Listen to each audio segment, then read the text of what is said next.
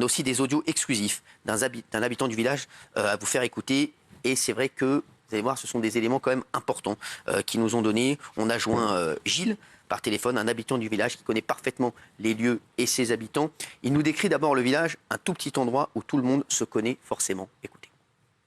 Voilà, alors donc moi j'habite le village, j'habite un peu en dehors du village, et le village est composé de plusieurs hameaux, et ce fameux hameau du Haut-Vernay qui est à 2 kilomètres du village, quoi, et qui est un endroit où la route est étroite pour y accéder, et quand on arrive en haut, il n'y a qu'une piste forestière pour s'échapper, donc il faut avoir une voiture très haute, ou pour faire demi-tour, il y a un jardin au milieu, quoi, il faut faire 2-3 manœuvres, quoi. Pour moi, c'est quasiment impossible d'aller là-haut et de faire demi-tour sans que personne voit la voiture. Émile, 2 ans et demi, est arrivé chez ses grands-parents. Ce jour-là, il y avait 6 oncles et tantes qui étaient présents. Émile était arrivé la veille. Il a fait sa sieste. Vers 15h, il s'est réveillé. Il voulait retourner dans la cabane, sauf que le grand-père, Philippe, avait décidé autre chose. Et c'est une famille très unie. Ils font tout ensemble. Quand ils font une randonnée, tout le monde participe à la randonnée. Quand ils vont à la piscine, tout le monde va à la piscine. Bref, c'est comme ça que ça fonctionne chez eux. Et à un moment donné, je crois vers 17h, ils s'aperçoivent, au moment de partir, ils s'aperçoivent qu'Émile n'est pas là. Le grand-père sort, c'est un tout petit village, il y a 17 maisons, donc c'est... Et en plus, c'est un cul-de-sac, c'est-à-dire que c'est vraiment, on est en vase clos. Le grand-père sort, croise 2 témoins qui ont vu Émile quelques minutes plus tôt. Quelques minutes plus tôt, on n'a pas le créneau horaire exact. Le problème, c'est que ces 2 témoins, il y en a un qui a 16 ans, l'autre qui est retraité, ils disent pas la même chose en termes de direction qu'aurait emprunté l'enfant. Le retraité dit qu'il descendait et le jeune de 16 ans dit qu'il montait. Bref, on ne retrouve pas Émile et à 18h, le grand-père donne l'alerte, appelle la gendarmerie et très vite, des gros effectifs viennent sur place. Je crois qu'il y a 90 gendarmes, plus les bénévoles, plus les brigades cynophiles.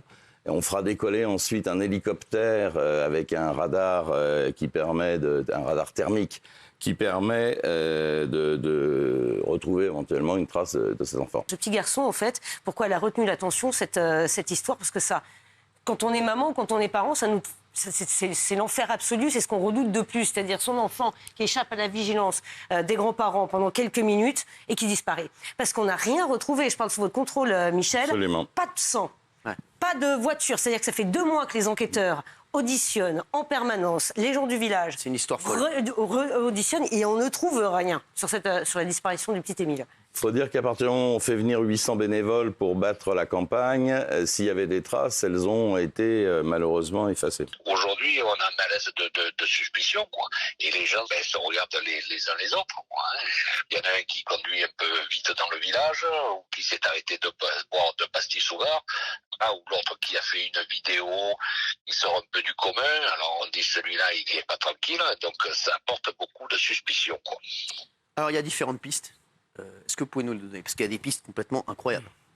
Il y a la piste de la fugue, mais qui a été, a priori, assez rapidement abandonnée, parce qu'un enfant de 2 ans et demi, il ne va pas parcourir 10 km à pied. Ce que disent les enquêteurs quand même, et qui est un point hyper important, on a un peu avancé dans l'enquête, c'est que, comme il y a eu ces battues qui ont été organisées, ils disent que s'il devait rester, malheureusement, des traces de corps ou quelque chose qui peut... ou des effets personnels, on le saurait déjà. On avait vu la même chose dans l'affaire Lucas et... En tous les cas, ce que j'ai compris de l'affaire, c'est que cette hypothèse-là, elle est un peu laissée de côté pour le moment, et qu'ils travaillent en vase clos maintenant, avec une enquête à la Agatha Christie, parce qu'ils savent un petit peu quels sont les protagonistes du village, et que pour les enquêteurs, tout tourne autour des personnes qui sont là. Il y a la théorie fantaisiste qui a été balayée, mais quand même expertisée, celle d'un rapace. Il aurait été enlevé par un rapace. Alors justement, non, ça c'est la dernière théorie, dont on va parler dans un instant. Voilà. C'est la dernière. L'autre théorie, c'est la vengeance familiale. Il faut avouer que les grands-parents avaient vu une de leurs maisons brûler en 2019. Ils avaient acheté un hameau, 3 maisons brûlées, dont une des grands-parents. Est-ce que ce serait la poursuite de cette vengeance? C'est un incendie qui est criminel, mais qui n'a pas donné lieu à interpellation ni à jugement. Donc, est-ce que quelqu'un en veut à cette famille? Voilà. Et l'autre théorie plausible, c'est la théorie entre guillemets, accidentelle intrafamiliale, c'est-à-dire qu'il s'est passé quelque chose. Et d'ailleurs, c'est ce que les enquêteurs tentent de déterminer. Ils auditionnent au moins 3 heures chaque protagoniste qui était auvernais à l'époque pour mailler totalement l'emploi du temps de chacun. Est-ce que quelqu'un a fait quelque chose à l'enfant et ensuite éventuellement a caché le corps? Voilà. Heureusement, on n'a pas beaucoup évolué. Enfin, l'enquête n'a pas beaucoup évolué, à ma connaissance. En même temps, les gendarmes gardent leurs investigations très secrètes. Ils communiquent absolument plus sur ce point. Maintenant, sur l'histoire de la vengeance, à mon avis, ce qui ne tient pas, c'est que pour kidnapper un enfant, il faut être sûr de pouvoir avoir accès à l'enfant, enfin, pouvoir l'enlever. Là, il y a les oncles, les tantes, le grand-père. C'est un tout petit village où il y a peu de monde qui circule, donc c'est compliqué. L'enlèvement, ça me paraît... Justement, Gilles, l'habitant du village, nous explique pourquoi il ne peut pas croire à la théorie de l'enlèvement du petit garçon. Écoutez. Pour monter au Vernet, c'est une route qui est classée départementale, mais elle est toute petite, on a du mal à se croiser. Pour que quelqu'un enlève le petit à 17h15, c'est quand même improbable d'être là au moment où il serait sorti de chez ses grands-parents. Et en plus, il aurait fallu, pour que la voiture reparte, il aurait fallu qu'elle fasse demi-tour sur le hameau. Et pour faire demi-tour sur le hameau, il aurait fallu qu'elle fasse 2-3 manœuvres. Voilà. Donc, quand il y a 10 maisons d'habités, on entend une voiture qui manœuvre, même sans vouloir voir ce qui se passe, on lève la tête, on voit la couleur de la voiture. Et on se dit, cette voiture, je la connais pas. Mais or, aujourd'hui, personne n'a vu un véhicule. Donc, pour moi, c'est improbable, cette solution. Je pense qu'il ne faut pas se faire trop d'illusions. Depuis 2 mois... Envie d'avoir espoir encore. On peut avoir envie d'avoir espoir, mais si on est pragmatique, cet enfant de 2 ans et demi, sauf s'il a été enlevé par quelqu'un en mal d'enfant, ça peut arriver. Mais pour les raisons qu'on expliquait tout à l'heure, ça paraît compliqué. Je crois qu'un médecin disait que l'espoir de survie, il faisait 30 degrés le 8 juillet. Un enfant de cet âge-là, s'il n'est pas hydraté, en 48 heures, il est mort. Là, ça fait 2 mois.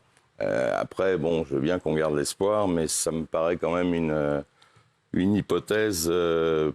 Mais les parents disent probable. qu'ils gardent espoir. Alors justement, Mais- les parents, ils ont pris la parole le 29 août 2023. Ils ont répondu aux questions d'un journaliste du média Famille Chrétienne. Ils ont dans un premier temps tenu à remercier toutes les personnes qui se sont mobilisées pour tenter de retrouver leur fils. Ils sont également revenus sur différentes accusations, déclarant « Nous n'avons pas honte d'aimer la messe traditionnelle à laquelle nous assistons dans notre diocèse. Nous y animons d'ailleurs en famille la chorale polyphonique et grégorienne. Nous militons au centre Charlier et à la Griffe et nous en sommes fiers. Nous n'avons absolument rien à cacher. » Parce qu'on les avait attaqués là-dessus à un moment, pourquoi ?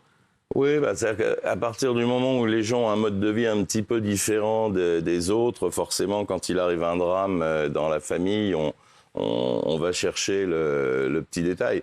Mais c'est en tout cas pas un argument d'enquête qui soit catholique pratiquant, qui soit catholique intégriste. Ils s'en défendent. Ils sont très, très religieux, a priori, mais ils se défendent de faire partie d'une secte religieuse. Ils ont dit qu'ils n'avaient pas de nouvelles informations particulières au sujet de leur fils. L'enquête continue dans le secret de l'instruction. Il ne faut pas lui nier. De notre côté, nous continuons à faire confiance au travail des gendarmes. On imagine forcément le pire, mais on ne peut s'empêcher d'espérer. Nous ne tournons pas la page, nous continuons à espérer. Nous demandons à tous ceux qui veulent faire quelque chose pour nous de continuer à prier. Et il y a une autre piste, donc une théorie aussi, celle des rapaces et des loups. Écoutez, l'habitant du village revient là-dessus. Il y a des gens qui ont raconté, oui, qu'il y avait peut-être un rapace ou un loup. Alors pour moi, c'est complètement improbable, quoi. Les rapaces, on peut pas emporter un petit qui pèse 2 fois plus que le rapace, quoi. Pour le loup, en bas de chez moi, on en voit de temps en temps, on voit le loup et on le voit manger des chevreuils, quoi. Mais la carcasse, elle reste là, hein. On n'a rien retrouvé, pas de vêtements, rien. Donc c'est aussi une hypothèse farfelue, quoi. Alors, Oui, je valide, c'est une hypothèse farfelue par rapport au poids de l'enfant. Et puis là, quand même, dans ce village, quelqu'un aurait vu quelque chose, un aigle qui part avec un enfant de 2 ans et demi dans ses griffes. Je pense quand même que ce ne serait pas passé inaperçu. Donc, il y a la théorie, effectivement, qu'évoquait Gilles Verdez, qui semble intéresser fortement les enquêteurs. C'est peut-être à un niveau intrafamilial. Mais l'enquête, une fois de plus, c'est assez rare. D'ailleurs, on a un procureur qui, dès le 11 juillet, disait qu'il n'avait aucune piste, aucun élément, aucun indice, qu'il n'avait rien. cette histoire. L'enfant s'est Je pense volatilisé. qu'il ne protège fermait très aucune bien son piste. enquête aussi. Ouais, Valérie. Il ne fermait aucune piste, disait le procureur d'ailleurs. Il ne fermait Oui, aucune piste. Et par ailleurs, la famille s'est portée partie civile pour avoir accès au dossier. C'est ça. C'est Alors, c'est vrai que qu'elle n'aura pas accès au dossier, excusez-moi Cyril, elle n'aura pas accès au dossier tant qu'il n'y aura pas quelqu'un de mis en examen. Donc, Après, pourquoi ça intéresse les enquêteurs? C'est pas tant leur profil en tant que tel, qu'ils soient catholiques, très à droite, rigoristes, ok. Mais est-ce que cela aurait pu susciter une vengeance? Est-ce que voilà, des Comme gens en pourraient les 2019, haïr quand il y a politiquement raison, d'avoir été dans cette organisation à ce moment-là? C'est pour ça que les enquêteurs ont travaillé encore sur cette piste aussi, même s'ils s'en éloignent aujourd'hui. là, dans cette configuration, ils n'auraient pas enlevé l'enfant, ils auraient tué l'enfant, ils auraient laissé l'enfant pour montrer que c'était une vengeance. Alors, c'est quoi alors? Aujourd'hui, vous qui connaissez quand même ces affaires, qui avez eu accès quand même à l'enquête, vous dites quoi? On n'en sait rien. Il y a un petit 2 ans et demi qui a disparu du jour au lendemain, dans un petit village de combien d'habitants? C'est hallucinant. 125. 125 habitants. Et dans le hameau en haut, 15. C'est ça. Et 30 Ouais, en c'est ça, été. ouais. Parce Alors qu'il a disparu en haut, pas en bas. En bas, c'est 125, mais en haut, c'est 15 habitants. C'est ça, volatilisé. Volatilisé. C'est-à-dire qu'en 5 minutes, on n'a plus de traces de cet enfant. Même moins de 5 minutes. Il n'y a pas il faut le dire aux téléspectateurs, il n'y a pas un témoin. Si, on a 2, mais ils ne voient pas la même chose et ils ne voient pas, en Est-ce tout qu'il y a cas... des témoins? Le témoin, ils ont vu Émile. Il y a un retraité, qui le voit prendre une direction et un jeune adolescent de 16 ans qui le voit prendre une autre direction. Tout seul? Il est tout seul. Surtout Enfin, quand un enfant, ça divague. Hein, ça fait pas stresser. Il allait, pour un des 2 témoins, il allait vers cette fameuse cabane qu'on a évoquée. Cette cabane, elle intéresse beaucoup les enquêteurs parce qu'elle passionnait Émile.